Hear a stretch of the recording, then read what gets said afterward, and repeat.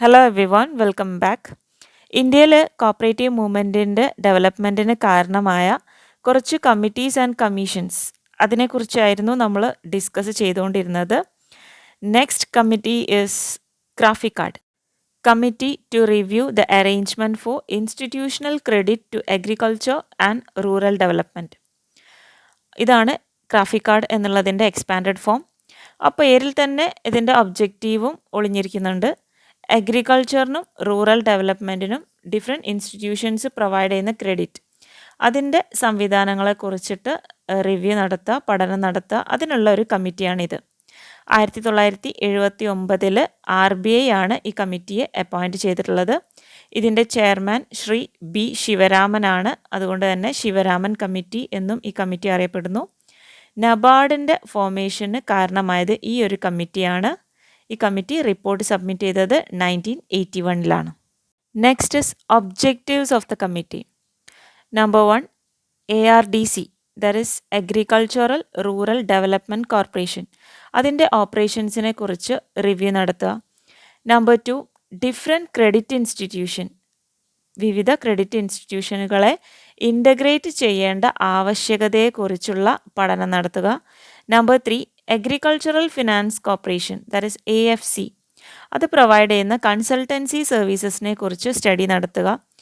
Number 4, നിലവിലുള്ള 3 tyre സിസ്റ്റവും 2 tyre സിസ്റ്റവും, നമുക്കറിയാം ഷോർട്ട് ടേമിന് 3 ടയർ സിസ്റ്റവും ലോങ് ടേം ക്രെഡിറ്റിന് 2 ടയർ സിസ്റ്റവും ആണ്. അതിൻ്റെ മെറിറ്റ്സ് ആൻഡ് ഡിമെറിറ്റ്സ് ഒക്കെ കൺസിഡർ ചെയ്യുക, ഇംപ്രൂവ്മെൻറ്റ്സ് സജസ്റ്റ് ചെയ്യുക. നമ്പർ 4, റൂറൽ ക്രെഡിറ്റ് പ്രൊവൈഡ് ചെയ്യുന്നതിൽ RBIയുടെ റോളിനെ പറ്റി പഠനം നടത്തുക.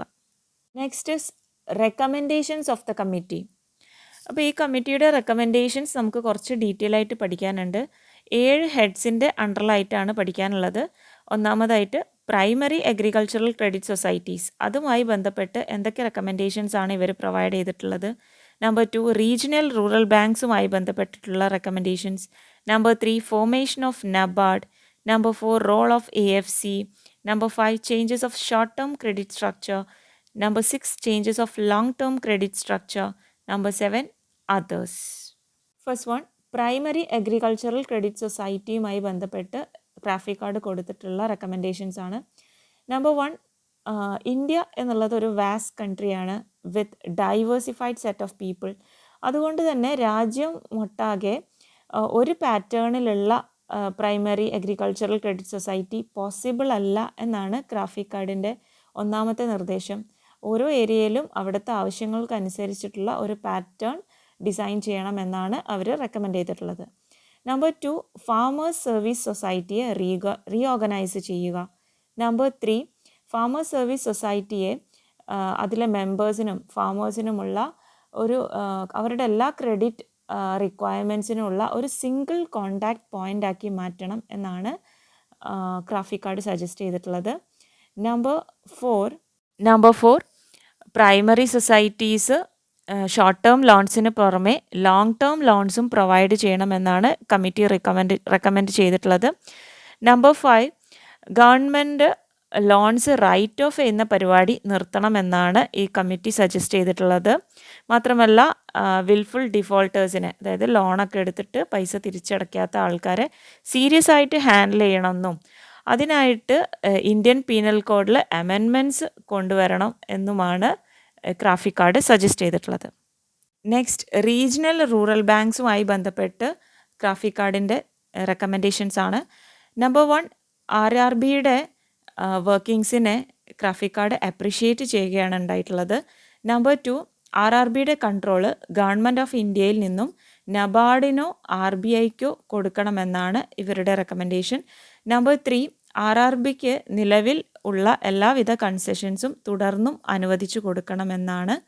നമ്പർ 4, ബോർഡ് മെമ്പേഴ്സിൽ 2 പേര് ഒന്നുകിൽ റൂറൽ ഡെവലപ്മെൻറ്റുമായിട്ട് കണക്ട് ചെയ്തിട്ടുള്ള ആളുകളോ അല്ലെങ്കിൽ സ്മോൾ ഫാമേഴ്സിൻ്റെ റെപ്രസെൻറ്റേറ്റീവ്സോ ആയിരിക്കണമെന്നാണ് ക്രാഫിക്കാഡിൻ്റെ റെക്കമെൻഡേഷൻസ്.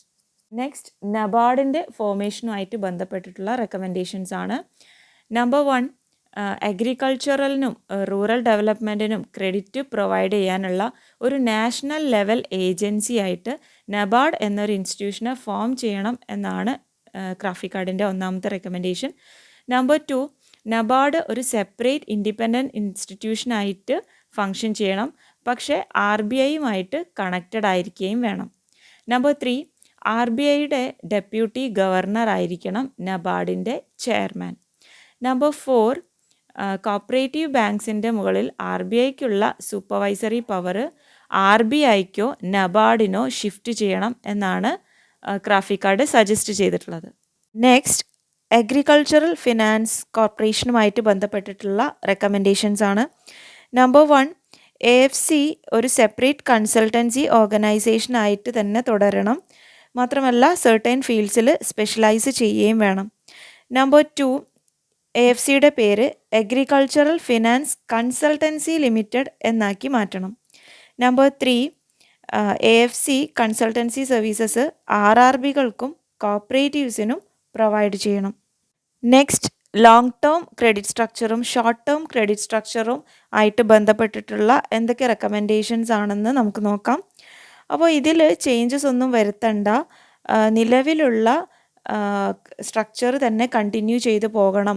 അതായത് ഷോർട്ട് ടേമിന് 3 ടയർ സ്ട്രക്ചറും ലോങ് ടേമിന് 2 ടയർ സ്ട്രക്ചറുമാണ്, അത് തന്നെ കണ്ടിന്യൂ ചെയ്ത് പോകണം എന്നാണ് ക്രാഫിക്കാർഡ് റെക്കമെൻഡ് ചെയ്തിട്ടുള്ളത്.